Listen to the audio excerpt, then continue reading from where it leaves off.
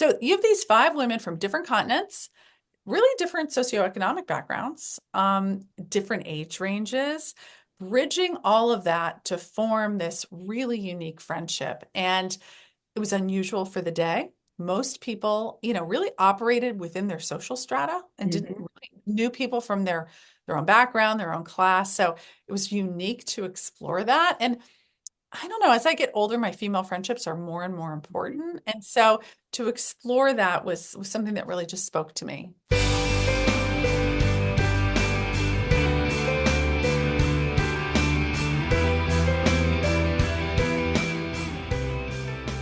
Welcome to our latest episode of Book Reporter Talks to. Our guest today is Marie Benedict, and we are going to be talking about her latest novel, Queens of Crime, which is a Book Reporter Bets On selection. Now, I've been a longtime reader of Marie's work, and I love how each book brings me a group of strong women, usually women I did not know anything about. And by the end, I feel like I should be best friends with them. So, in our Book Reporter review of The Queens of Crime, Rebecca Monroe had this to say. Equal parts historical fiction and compelling whodunit, The Queens of Crime is Marie Benedict at her best, a lively takedown of the patriarchy, backed by real world examples and true grit. And with that intro, hi Marie, welcome to see you, and so nice to see you again. That was such a beautiful quote. I'm like blushing. I don't know if you can tell in the poor lighting that I've got going on here. So good to see you again. I So good mean, to see you too. I just have to say, for those of you who are joining us right now, what you don't know is that Carol and I were supposed to start taping about an hour ago, and what we've been doing for the past hour is just chatting. So, And catching up. And we yeah, saw each yeah. other last week, which is even funnier. Carol So was so amazing to come and be my conversation partner for an event, and it was just dreamy. we had So so we had fun. And we it's had a like the lot audience of was having fun, I think, because we were having fun. right. And that's what it's all about. Female friendship. Female friendship. Yeah, you don't get to see each other enough.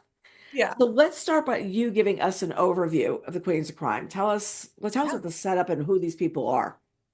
Well, it's the story of these five, in my opinion, most amazing writers from the golden age of mystery and detective fiction, which is 1920s, 1930s Great Britain.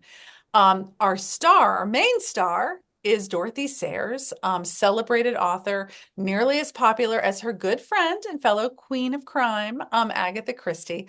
And the story really follows these five women as they develop from colleagues to friends to detectives, actually, as they band together to solve what is actually a real life crime, uncovering loads of secrets about each other, about the victim, about society in the process, but also learning that together they're really capable of advancing so much good in the world.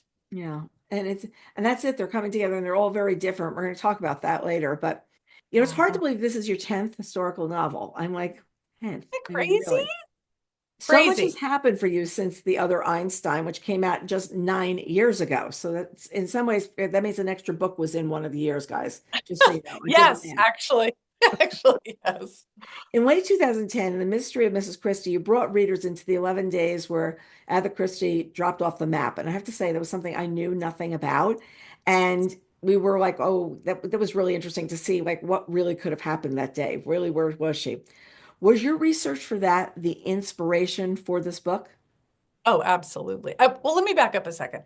I have loved this time period, this genre ever since I was really a kid. I had an amazing aunt who gave me a lot of these books growing up. And so I grew up kind of like steeped in these intricate puzzles, twisty puzzles, this interwar 1920s, 1930s time period and the character. So I grew up really loving that. And that's probably what initially attracted me to the story behind The Mystery of Mrs. Christie, which is about Agatha Christie's disappearance.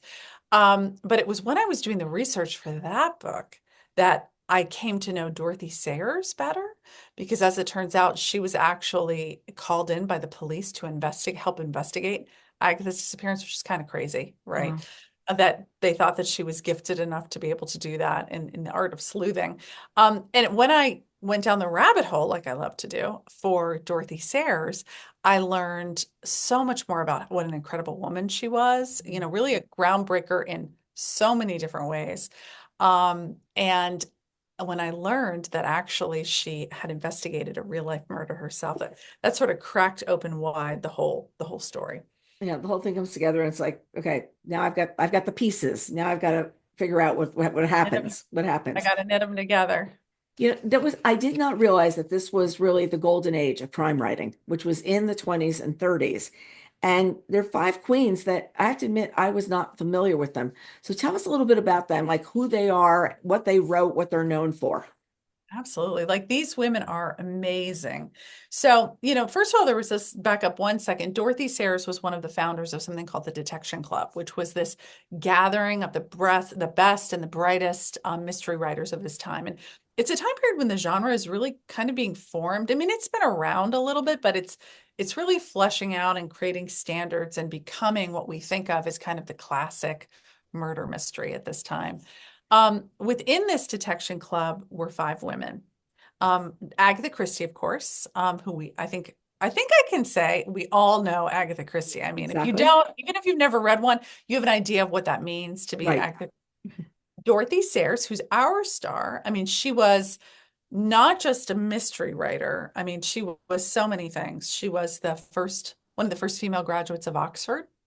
I mean, you could go to Oxford as a woman, but you couldn't get a degree until the time of Dorothy Sayers. She was a very successful advertising executive. I mean, she was one of the main kind of creators of campaigns for Guinness beer, and the Oh. campaigns she created are still in use today. My goodness, my Guinness, Guinness is good for you, like crazy stuff. And then she was this prolific writer of mysteries, and she had this series starring Lord Peter Wimsey and his female sidekick, which was unusual, Harriet Vane. And Harriet Vane was a mystery writer herself, and I do believe an autobiographical stand-in for Dorothy Sayers, to be honest. So she's really our main character. She's the driving force between the gathering of these five women. The other three, queens of crime, and that's actually what they were called by the press. In my book, I have the women come up with that name for themselves, and maybe they did. We don't really know. The third is Nio Marsh. She was an incredible writer. She was a New Zealander. She was also a theater director, really helped launch the world of theater in New Zealand. Mhm. She had this very successful series about Inspector Allen, Roderick Allen, and she was kind of a bold personality. She had a sharp wit. She used to stride about in her pantsuits, and that caused a lot of kerfluffle in her day. The fourth was Marjorie Allingham, again, super successful series, Inspector Campion. And again, a lot of these you might know the name of the characters they wrote about because they've been adapted for TV many times over in some cases, from PBS and BBC, things like that. She was the youngest of the group, Marjorie was. I mean, these women spanned like late 20s into the 70s. I mean, they Mhm. have a huge age range, really a multi-generational friendship, which was really cool to explore. And the fifth member was the oldest, and that was Baroness Emma Orczy. I mean, she was a real character. She was a Hungarian aristocrat in exile.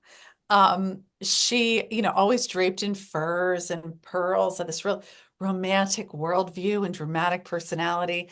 And she wrote mysteries, but she's best known for her Scarlet Pimpernel character. Mhm. Usually, when I do events, and I've been on the road, as you know, Carol, doing a lot of events, I get everyone's heard of the Scarlet Pimpernel. Yes.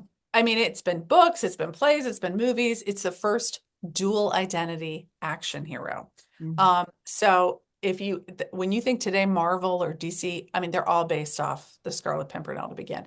So you have these five women from different continents, really different socioeconomic backgrounds, different age ranges, bridging all of that to form this really unique friendship. And it was unusual for the day. Most people, really operated within their social strata and didn't Mhm. really knew people from their own background, their own class. So it was unique to explore that. And I don't know, as I get older, my female friendships are more and more important. And so to explore that was something that really just spoke to me. And, Yeah, and it really comes through because they're all so different, but they're all really they've got the same objective, especially in this story. Did they you really always know you wanted to share it from the point of view of Dorothy Sayers? Did you always know she was going to be the voice, or did you play great around with question. that? I've thought about it. I mean, some of the other women are really cool too, and I would love to tell a story from their perspective. But Dorothy was really the one who did the investigation into the Hmm. murder of May Daniels. Dorothy was married to a journalist. His name was Mac Fleming. He was a reporter, a crime reporter for News of the World, and he was asked to cover what was then a very well-known case. This young English nurse had disappeared in really mysterious circumstances on a day trip from England to France. She and a fellow nurse friend were kind of exploring the town. It's a cute town. And as they were about to go back to take the ferry home for the day, May stopped in a restroom that only had one entrance and exit, a single door. There were no windows, no doors, nothing on the interior, just some stalls and a sink. Celia, her friend, waited for her outside the door, and she kept on waiting because May never stepped out again. And these were kind of extraordinary circumstances. I mean, it was like she vanished into thin air. This was in the fall, and there was a huge flurry of newspaper coverage. Mac wasn't asked to cover that. He was actually asked to cover the story when they found her body. Hmm. She hadn't surfaced for months, and unfortunately, her body was found in the woods not that far from the restroom where she disappeared. And again, the journalistic circus kind of formed around this again. Dorothy had this idea that instead of just Mac covering it himself, what if he covered it from like a crime journalist perspective and she did a companion piece from a crime fiction perspective?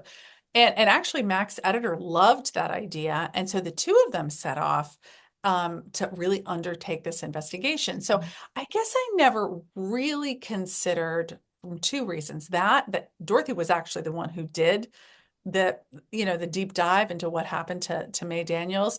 I, in my fiction, brought the other queens of crime kind of along for the ride. Like, But as you go through the story, there's a secret that both the victim, May Daniels, and Dorothy Sayers have. It's a mhm. similar secret. And that secret, I think, made Dorothy the natural narrator for the story as well. And it was fascinating to hear like that whole scene when you get to see what the we're not giving anything away. When you see Yeah, what happened and why she is having the reaction that she is, you're just in this kind of a place, and I love that her husband is signed and she's getting the sidebar, and then he gets pulled off of this and is right. just got to go back, and she's like, but, and there's also this fabulous scene where the women come off the ship, like she's been with her husband, everybody else comes off, and they're like waving, and she's going like, don't wave, we can't let them know Oh, you're here. right, And it was just exactly. fabulous because I could just see it. It's like an I Love Lucy episode of no, no, don't You're do not this. supposed to know me. Don't draw attention. Yeah. Don't draw She doesn't attention that have you're her. here because he's and Right. you're staying over there and not anywhere near us. It was really funny because I just Oh, picture them like, oh, hiding out and things like that. So it's oh, really, these really women, fun. the You know, women were, early in the book, we're talking about the detection club, and I just loved the detection club. Does it still exist? oh yeah. Actually, it's funny. I had a conversation with a bookseller, Barbara Peters, who owns Oh, Poison Pen bookstore, and she actually went to an initiation ceremony, really? maybe 20 or 30 years ago. But I mean, it's still in existence today. Martin Edwards is the president, and actually, he's a friend of Barbara Peters, who owns Poison Pen, and so she went to this initiation ceremony, which I describe in pretty decent detail in the book. It's very dramatic and fanciful, and they have to swear on a skull that they're not going to violate the rules of fair play when they write their books. But and I was a little bit nervous to talk to her about it, and she said I had it spot on. So I was like, yes, I did it. But yeah, it does still exist today. It has a similar purpose, to kind of network all these really best and brightest mystery novelists and elevate the craft. I will say there's one thing I fictionalized, and that is a preponderant, a lack of desire to have a lot of women in their ranks. And they really didn't feel that way. But I needed a kind of common goal to knit my women around and to Right. have them want to prove themselves. And so that was it. That was it. That was Isn't it. for a second, isn't Barbara amazing? The Oh, depth of knowledge. I mean, I watch her interviews often just because I'm like, she's been all over the world. She's she knows done everybody. it's She knows everybody, but she sits down and does these interviews, many Yeah. people. And when she sits down and it's like she's a savant about so many different things that you're gonna, oh, I know when I was on that island that time, and I'm like, Exactly. oh my gosh, and Seriously. she describes it to a T and things like that. It's Oh, really interesting. she is a treasure trove. I mean, she's a treasure and a treasure trove. She actually was telling me a funny story about the detection club. She was telling me about the initiation ceremony, but then how she was there for some related event. I can't remember what it was now, but how she ended up spending the night hanging out with PD James, and the two of them got like really drunk together. I mean, it's just like her experiences are like they seem like they could not possibly be real, but she's And the one who's writing the fiction, but she's she's the just one. She's amazing. been all these places. She's done all Oh, these things, and she retains what she's talking about to sit down and have a conversation with an author with no she, notes. I mean, oh, it's no she notes.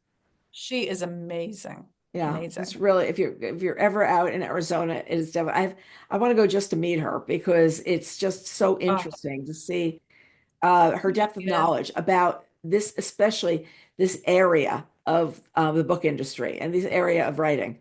Oh my gosh. I mean, like she not only matched me, but raised me in terms of her knowledge and understanding of these women. I'm like, I thought I knew a lot. She does. I mean, she's read everything they've written. I Yes, mean, I've read a lot of what they've written, but have I read the full canon of five women? No, I have not. I've read everything that they wrote around the time period of my book, right, right, right. and Dorothy in particular, but oh no, Barbara Peters, she's read it all. Yeah, She's she's wrote it all. amazing. It's amazing. It's really amazing. So I looked up the oath of the club, which just I have to read this because I think it's just crazy. I freaking And love it. this is the oath they're taking. Do you promise that your detectives shall well and truly detect the crimes presented to them, using those wits which it may please you to bestow on them, and not placing reliance nor making use of divine revelation, feminine intuition, mumbo jumbo, jiggery pokery, coincidence, or act of God? And I think that is just so amusing. Isn't that That's what they're amazing? swearing to join. That's like classic Dorothy Sayers right there. She had a great sense of humor, but she also meant business, right? I mean, the idea for this detection club was formed in a group at a dinner, and she was like, "We're going to make this happen," right? Yeah. And one of her goals, which was humorously captured in that vow, was to elevate the craft. This was the kind of I mean, mysteries had been around, but this was kind of the golden era, Yeah. of it. And what was interesting about what was happening is that there was a lot of inconsistency in quality, Mhm. as happens. And there was a lot of act of God and coincidence resolutions. We've all read what seems like a great thriller or mystery, and then in the last little bit, there's like a new character or a new piece of evidence or something that could not possibly have been logically derived in the front part of the book. And that she felt was bringing the craft down and was leading to reviewers not wanting to review their books, really having the genre be considered kind of second class. And she wanted to do whatever she could to elevate it because these were well-written books that were, especially in Dorothy's case, tackling serious issues. Right. And she wanted them to have sort of the respect that she felt that they deserved. So bringing everyone together, making them swear this vow, shining the light on that was part of her mission too. That's part of what she wanted to do. Let's talk about this time because we're after the war. We're after World War One, the war. Everybody calls it the war at that time. They didn't see what was coming, but that was the war. And there's a surplus of women. So let's talk about what a surplus of women actually means. I mean, we know you talk about it though, because Sure. yeah, So this idea of a woman being a surplus woman was new to me. Like I had never heard this phrase before, but it very much impacts this story. So a surplus woman was a single young working woman during this time period. The prevailing view of the time was that women should be married and in the home, caring for their husband and their children. And yet there was this not insignificant group of unmarried women who were out in the workforce, in a variety of capacities. Um, and some of which had started during the Great War when they mhm, needed the women, right? Um, it didn't seem to matter that for some women, this wasn't a choice, right? There had been an enormous number of young men killed in the Hmm. group. Hmm. And then the population, of course, declined. So it wasn't being replenished in a robust manner. And so there weren't always men for young women to marry. Mm. And they had to support themselves. They had to go out into the workforce. For some women, it was a choice, right? They didn't want that life. For some women, it wasn't a choice. And it didn't seem to matter whether you chose it or not. It was definitely a negative connotation to be considered a surplus woman. You were kind of operating outside the bounds of what was considered really optimal, traditional, and normal. And our main character, not main character, our victim in this case, Mae Daniels, she was a surplus woman. She Hmm. was a young working woman, a single nurse out in the world. She had to support herself. And, and in addition to that, nursing was not quite considered with respect in the way it is today. Hmm. Um, it was a bloody profession. Why would a nice young girl want to do that? Was sort of the attitude. So there were a lot of kind of strikes against Mae Daniels in the perspective. Now, as an aside, some of these queens of crime, now for the most part, not Nia Marsh, but the four other women were all married, but they were also kind of operating outside the bounds of what was normal. They were in a slightly higher socioeconomic group than most surplus women, so they kind of escaped that label for that reason. But they were working women. Right. They were women who were supporting themselves and their families through writing, which was very much a male-dominated field. So, there was a lot of, I think, sympathy on the part of the Queens of Crime for Mae Daniels because they too were on the outskirts of what was considered kind of normal and acceptable. Right, right. It's like this is not what you're supposed to be doing. This is not what you're allowed to be doing.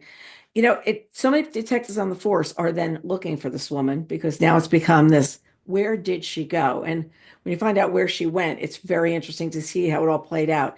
It's almost like she was lost, she was found, she's dead. Like that's all they cared about. It's like she lost, That's right. we found her, she's dead. Oh, we found her body all these months ago. Who was that woman again? Like, what are we supposed to be doing about this? Done with that. Yeah. Yeah, I mean, and I think, and it didn't help in terms of the investigation that May was a surplus woman, right? Like they were only going to put so much effort into identifying her killer. Hmm. They were going to latch on to preconceptions about who she was because of her role in society.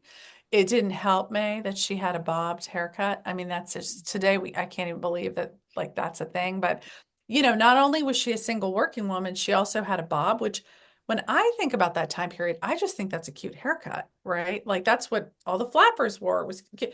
It was modern. It Hmm. wasn't traditional. And a girl who has like a modern haircut, she was operating outside the bounds of what was really expected. And so maybe she was loose. Maybe she Right. had modern morals, and there's a lot of judgment implicit in that.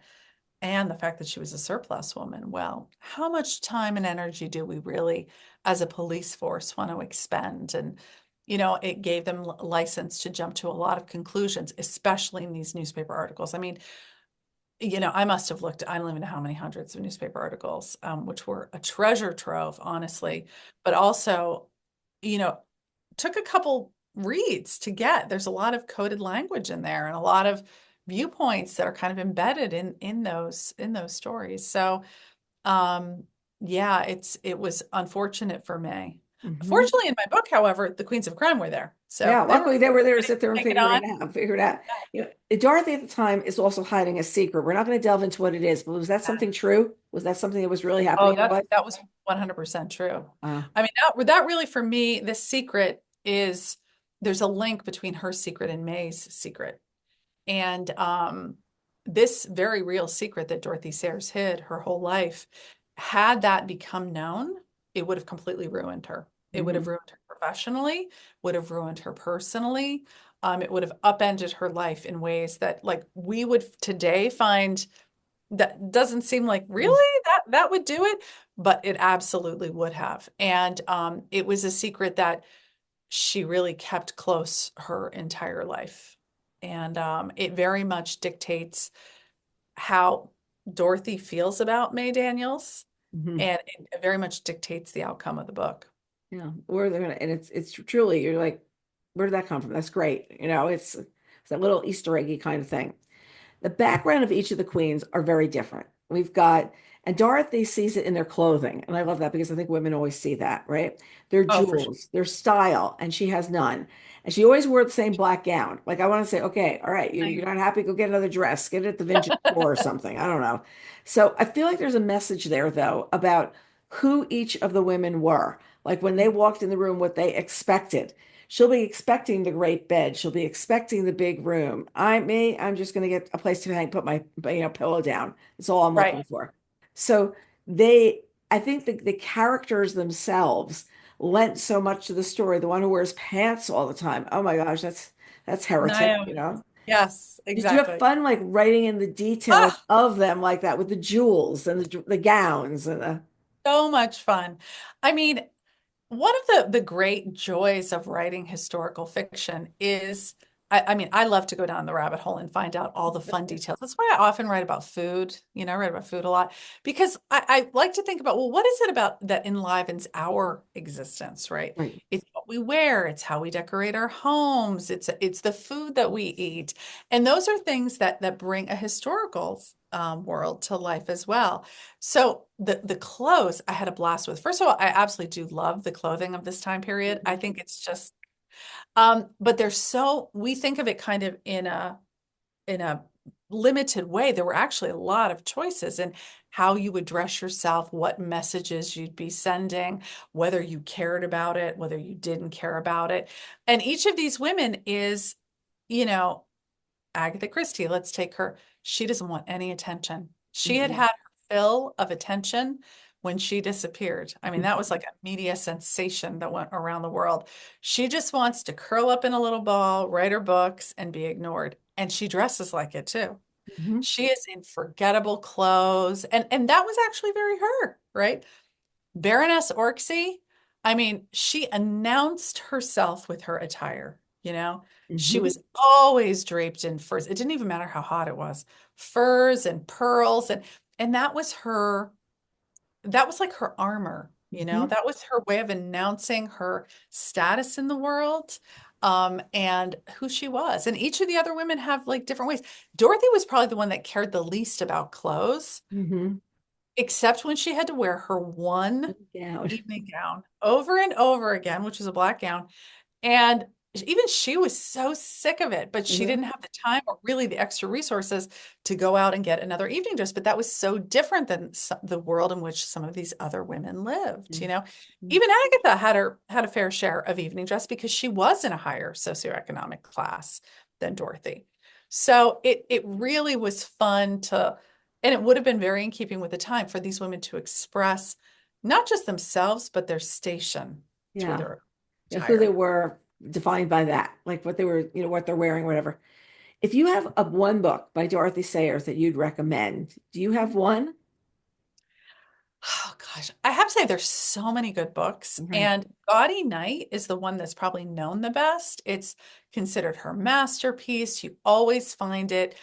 If you ever see these lists of the best 100 best mystery novels of all time, it's usually on there. It was ahead of its time. It was Harriet Vane, her sidekick, is actually the star of that 100%, and I love that about it. And it's really a story of a woman. A Gaudy is like a reunion, and it's the main character, Harriet Vane, returning to her stand-in for Oxford for a reunion, and then like crimes ensue, etc. And I do love it, and I love the fact that it's one of the main stories. It's one of the first, I think, mystery novels that overtly explores very modern issues like can you have a work-life balance? Can you have an equitable marriage? Should women work? How do you find your calling? These very timely issues. So I love it for all of that. But that said, my favorite is um I think it's called Have His Carcass. I'm not going to be able to pronounce it correctly. And it's actually the second Harriet Vane book. And it's when Harriet kind of comes into her own as a detective. and it's set at the beach, and it's not as an important a book as Gaudy Night, and it's not, but there's just something about it that I just love. It's really the evolution of these characters, their relationship with each other. There's just something about it I really love. That's probably my favorite one. And you remember that if you, it's got to be because you remember so many details of it. You I remember, do. I love it. I love it. I mean, I love Gaudy Night too. That's probably my second favorite, but I love I think it's Have His Carcass. CARC carcase. It's like carcass, but anyway, okay. that's my favorite one. Okay, so you have read a lot of books. You read a lot of Oh, articles. You read a lot. Do you have like tubs where you have all your research like put away? Did you do that? if you could see my office, which is a mess, and I won't show you right now. I mean, I Same. have stacks. They have not been organized and put into tubs yet, Carol. I wish they were. But I do have stacks of, in this case, I have lots and lots of printed up newspaper articles Mhm. because that was a huge source of research for this book. The articles about May Daniels, of which there are so many, and the most important ones I printed out so I could reuse over and over again. Um, Her letters, and I used her novels as a source of research for this book. So I have stacks of her books. Um, and then you get to the next, and it's like a stack of things about ancient Egypt. I mean, it's like you just kind of work your way through the room. And sometimes I'm fortunate enough to, Agatha is a recurring character. Right. That was not something I ever intended. When I wrote The Mystery of Mrs. Christie, I didn't know I was going to write. I Yeah. was interested in Dorothy Sayers, but I didn't know that I was going to write this particular book. And I didn't even know that I would actually write a book about her. But I have lots of research about the time period, right? And that hasn't changed that much from the two books. So Yeah. yeah, The room needs to look a certain way. Servants need to be doing certain things. If you go to a hotel and check in, it's got to be the right way. And there's simple things that it just has to all jive with yes, what they would be doing at the time. What would they be exactly. calling themselves? Would they check in as Mrs. So and so, like Miss I so c- and so? I probably spent, oh my gosh, a better part of a day researching. What was it? It was I know what it was. If my name is like, say, I'm Lady Marie Benedict, when I introduce myself to someone for the first time, am I calling myself Lady Marie Benedict? Is someone else calling me Lady Marie Benedict? So I spent so much time researching how people would have referred to themselves and each other upon introduction. That's the kind of thing you can spend a lot of time in a rabbit hole Oh about. yeah, yeah. It's like, oh yeah, is she Miss so and so when she goes to the front desk? Do you say you're Baroness, blah, blah, blah? Like what Right. comes in? Am I announcing myself as a baroness, or am I waiting for other people to say, oh, she's a baroness? That's a In the case lot. of Emma Orksey, she liked people to know she was a baroness. I'm not sure that that was the protocol at the time, but you were going to know she was a baroness. You're That's going for to make sure. sure she had those words coming out, you Oh, know? for sure. So when you were writing this book, did you have a plan for the whole book, or were you like, let's say just make it like did you know how it was going to end? Did you know where you were writing towards? Where what was it? Or you were just in the I zone knew writing? I knew I was writing towards justice. I knew for May Daniels. I knew that the women were going to come together. I knew that they were going to set out on this murder investigation because that's all in the record. Hmm. That, the way I look at, and I'm sure you've heard me talk about this before, Carol, but like my research is the architecture of my story. It's the Hmm. foundation, the pillars, and the roof upon which the story really hangs. And it's in the gray areas where we don't know the answer that the fiction comes in. And the fiction, it's not like willy-nilly. It's, I hope, really anchored in the research and a logical extrapolation of that research, right? So I knew all that stuff. I knew kind of what the investigation was going to look like in Boulogne. And I had an idea of how I want, and I knew what the possible theories for what happened to May were. Um, and I knew how I wanted it to end. I left myself some latitude in that resolution stage Hmm. because there were a bunch of different threads I could pull. And it wasn't until I got to that point that I knew how I was going to weave those threads together exactly. I had a sense of a couple different ways it could go. So that in that moment, there was, I wouldn't say like that was like a free fall situation, but there was some latitude and some movement there. Yeah. Okay. So you have these ideas, you're writing during the day, writing at a set time, and then writing ends. When you're cooking dinner, are you thinking of these characters? Like, are they in your brain They're there. lodged of what would, Yeah, oh, they'd they're be not washing the dishes. I gone. should be really the Baroness and not be doing the dishes. Well, I wish. Sometimes I wish I was the Baroness. I would say, it's always, when I'm with my family, I try to be very present and not think about it. But if I'm doing a task I'm not enjoying, like the dishes or the laundry, I'll drift into those worlds. I'm not fully leaving them behind. And sometimes it's when you're busy with something else and your mind can kind of drift Mhm. that the answers present themselves. And that's one thing I think I do worry about, like with our obsession with our phones and always having our mind be and our attention be taken, is that you don't have that kind of creative drift as much as say we used to, years gone by. And it's because it's when I'm in that drift, when I'm going for a walk or my body is occupied, but my mind is flowing, that sometimes the thorny part that I'm struggling with will be like, oh, there it is, right? For me, it Uh, was flights to California. It was supposed to be oh, went 3 times in 5 weeks, and there was no internet at the time, which was great. I oh, never voted for internet on the plane. I have to tell you, I I went don't get because it. I don't get it, Carol, for that reason. I like the plane is like no one, I can't be doing anything if I don't get the internet. It's time. yeah. It's and I just sat there and I would write, I'd come up with ideas, but sometimes I need to be out of doing the usual to come up with an idea. I mean, we dreamt of this idea for Bookaccino Live when during the pandemic in about 15 minutes. Like people take a long time. No, we just sat three of us and said, this is what we're going to do. Bingo, done. But there are times it was actually I've gone back to doing yoga, which I did before the pandemic, like 6 days a week. So I went back and I had a really great idea the other day when we were laying quietly on the mat before things started. And I cannot for the life of me remember. So I may be the person that's going to yoga with a pencil and paper next to her. So just get up and write down the idea because it was a good idea, but hasn't come back to me again. So I think I have to lay down, go in the zone, and maybe it'll come back to me. But it was, Or maybe you need a flight to California. yeah, that's exactly what I was like with no one else, with no family members, nothing. Nobody Oh my else. gosh. That is, I've been on the road a lot the past few weeks, Yeah. and I will say, I prefer to travel with my family if I can, but there is something, about that flight time, about that travel time. You're kind of in this liminal space Hmm. outside the norm, outside your routines, and it does, if you allow yourself, it kind of unlocks some of those ideas, which is Yeah. good. You're over the Rockies and you're like, oh, you know what, this da da da da da, I could do this. And you also somehow on a plane, you feel like you're infallible, like I could do this, like simply because Yeah, the plane has taken off with you on it. right. You're not doing any of the parts of it, but it's like, No, you're just along for the ride. no, but it's like, oh wow, I'm up here. Maybe I could be like, doing things. It was very funny though. Was writing this book more difficult than the others that you've done? Or because you had 5 players and organizing them and Yeah. organizing the crime, but you had the crime at the heart of it? Yeah, it was different. I wouldn't say it was harder. It was a new challenge, and Yeah. I enjoyed that.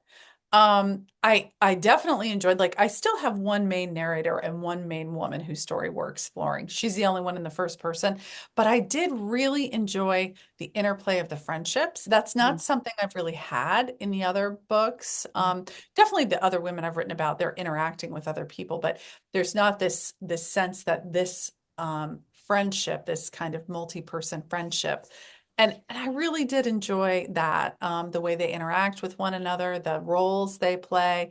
Plotting the murder mystery, that was new for me. I did have a roadmap, right? I had some tracks laid out with the actual crime. But how it actually went down and the minute by minute retracing of May Daniel's footsteps and recreating that was new for me. But it was really enjoyable.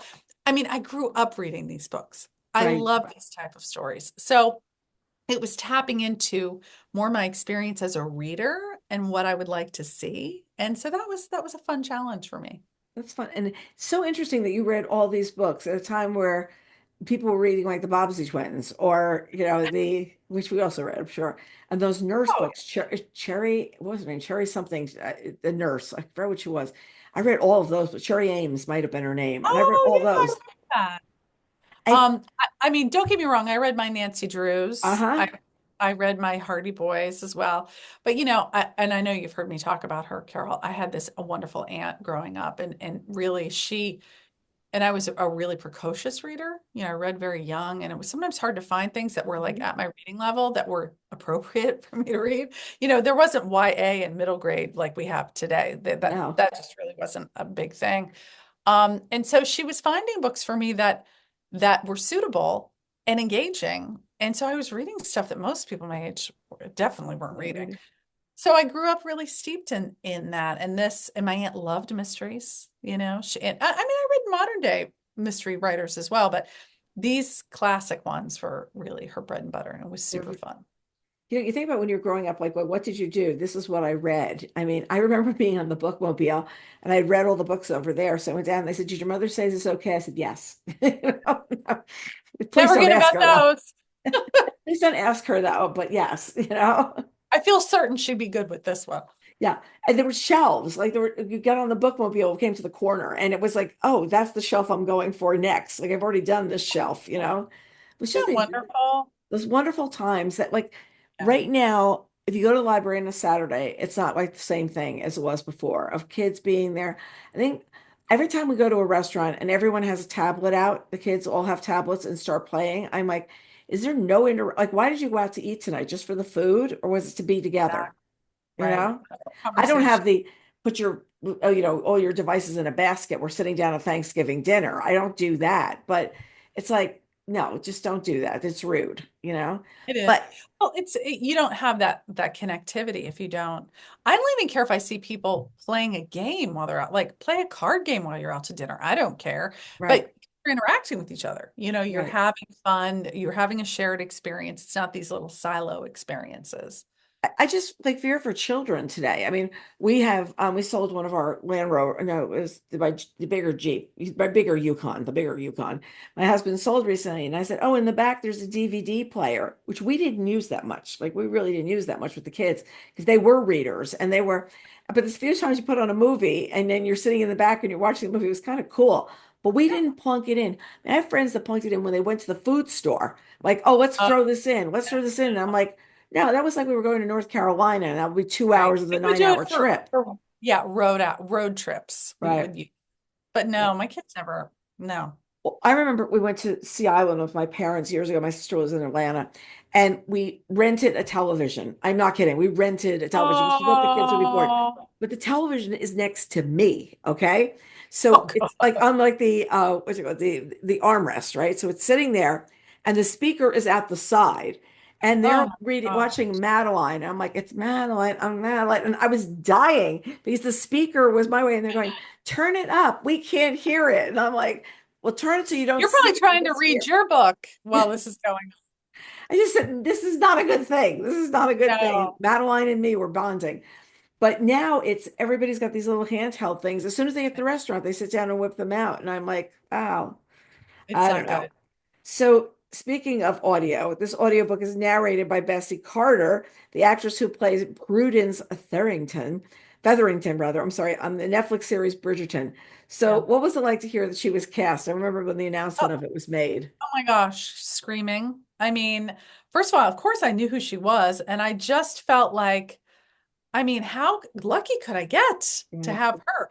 And her, if you listen to it, if anyone's an audio book listener, her not only is her the main character is of course Dorothy Sayers, and she just embodies Dorothy. I mean, she's just got it down to a T. But each of the other women, they all have different accents. One comes from New Zealand, one is Hungarian. The other two, yeah, they're British, but they're slightly different, right? There's so many different variations in the British accent. And she is just a master. I mean, she's an amazing actress, but boy, is she an amazing voice actress as well. And I Mhm. just felt so, so lucky that we got her. I watched a clip of her while she was recording, which was really Oh, good. It was really interesting to see. And then I listened to a clip, and I can imagine she did a great job on the whole book because oh, just hearing it's like absolutely. great. Yeah, I mean, that's the thing about, I mean, I'm an audiobook listener as well as just a print book reader as Yeah. well. It can be a slightly different experience, Yeah, you know. yes. Yes. Um, and I have read books that I've then listened to and vice versa. And I have found one enriches the other. It's not like it's not a redo, it's not a repeat. It's an add-on. It's It's an really, add-on. It's an add-on thing. yeah. I'm trying to now listen and watch, listen and read, but like something, listening to something and I'm reading something Oh, all the how is time. that working? I've never tried that. Well, here's what I do. Like I'll go to the health club. It's 15 minutes each way. So in those 15 minutes, or that I could kind of do a half hour of the book. I have Right. sped some books up. I confess. I have done it on, not You normal have to. speed to Yeah. try to get, through something quickly when I just I want to read the book, but it's like, this is how I'm going to have to read it. And I read very, very quickly. So sometimes their tone is like, all right. And he said, she said, it's like Oh, I know. tough, really, really tough. But it's interesting because I'm interviewing someone tomorrow and I only listened on audio. And here's the problem. I fold down pages as I'm reading. And they said, oh, you could bookmark. And a bookseller was at this event I was at the other night. And she says, you can't bookmark when you're on the highway. Like you can't sit there and go, act Exactly. like it's like Pause. bookmark. Yeah, pause 1 second here. Let me go touch. I mean, I've got enough going on with Waze asking me, is there something in the middle of the road? I don't, and then I'm looking like I'm a detective, like, and I have to report back. Like, is the police car still there? I must tell them. I was like, why am I doing this? My husband goes, The you actually public. answer those things? Oh, I do. I do. But yeah, no, I'm with you on that because sometimes I do like to write notes or fold down or put a post-it. That's the one thing you really can't do Can't do. easily with an That's the other thing. audiobook. So it has to be something I'm just listening to for enjoyment because Mhm. like you, I'm not going to pull over and bookmark or Bookmark. whatever And I'm like, well, audiobook. bookmark comes up if you hit something else and then it goes away. And I'm like, no, this is not the No, best way to be that's doing this. not for that type of reading Well, experience. for everybody who's listening who's in a book group, there's a terrific discussion guide for the book on Marie's website. And I think this is a great gateway into the discussion because there's so much to discuss here. Somebody could read another book from one of these five authors and contribute that at your book group. But she's also got a cocktail there. So tell us about the cocktail and how you came up with that one.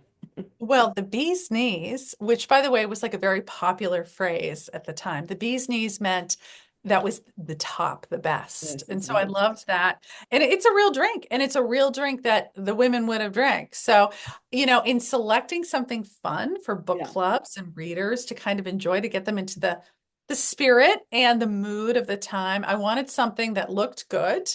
Some of these drinks look disgusting. And it's something that I thought the women would have actually drank. And I just love the phrase, the bee's knees. The It's the bee's best. knees. The bee's Yes. knees. I loved it. I just absolutely love it. Oh, So, and I have to say, I've been on book tour for the past couple weeks, and I have some more to come. And at some of the events, the host has provided bee's knees for the guests. And I will say, there to a person, the audience, the readers, the people who've come to the events, they have enjoyed the bee's knees, sometimes a little bit too much. another bee's knees. Let's bring it on. You're sitting Yes. there going, can I please get a virgin bee's knees? Because I need to Yes, because I see. got to keep it together for this talk. You just change that down, change that down. So was the title always The Queens of Crime? Yes, because Always. that's what the women were really known as. They really were called the queens of crime. And, in this case, they're the queens of crime because they're solving it. They're queens of crime because they're writing it. They really are embodying the time period, the genre, and they're also embodying justice too. Hmm. Hmm. In the end, they're really forces for justice. Yeah, When forces. society and the establishment seems as though they're not going to, they take that on for themselves. Hmm. Hmm. So let's talk about the cover. Was this always the cover play on this? Because it's great. Isn't it gorgeous? I mean, It is gorgeous. it's hard to see it's if you're not in person, but it's so textured and gold. That cover is exactly the way it is as it was presented to me. It's by their amazing art director, Michael Storings, who is phenomenal in so many other ways. He's a whole line of puzzles and ornaments and artwork at stores. He's just fantastic. With one exception, I added one thing, and that's the pen. Uh-huh. I wanted there to be something that was an emblem of what the women were really about. And that they were writers and that they're not just writers of fiction, right? But they're also writing an end to this story. Hmm. And if you look at the end papers, Hmm. it's all my pen. Yeah, it's all I that. love. I just love that. It's such a That's small thing. beautiful. I mean, I'm not visually creative in the slightest, but to me, it just was an important element and a Sure. nod to who they were. Yeah, the nod to who they were and what they were doing. So, what are you working on now?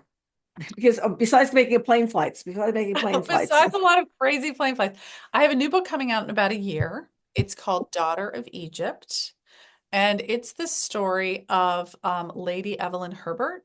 She was the daughter of Lord Carnarvon, who was the title holder to Highclere Castle, which is the model for Downton Abbey.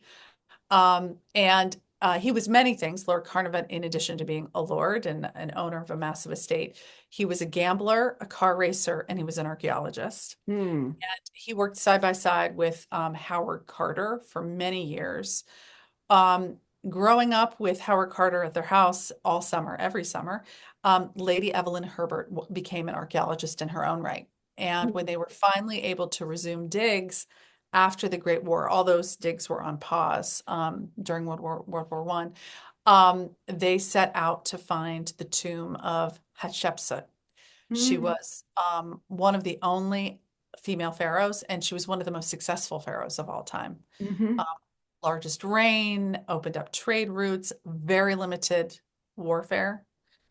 And when Hatshepsut died, her name was literally physically chiseled out everywhere. She has a Hmm. huge temple complex along the Nile. Her name was gone, statues, papyri, you name it. And so her existence, people weren't even really aware of her for millennia until they found some objects, and there had been, at this point, translation of hieroglyphics.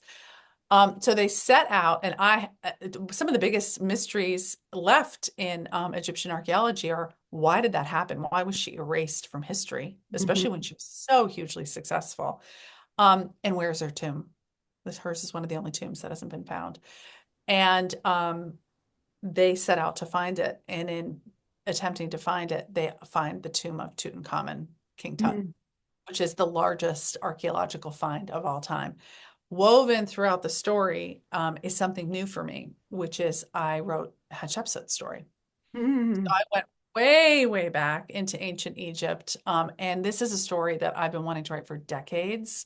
I've been in love with Hatshepsut for, gosh, since the 90s. And then there was this amazing exhibit of her, I think it was in 2008. And I've just been fascinated with her because it was very, very rare for there to be a female pharaoh. And she had to utilize ancient Egyptian iconography to justify her reign. And she had this hugely successful reign.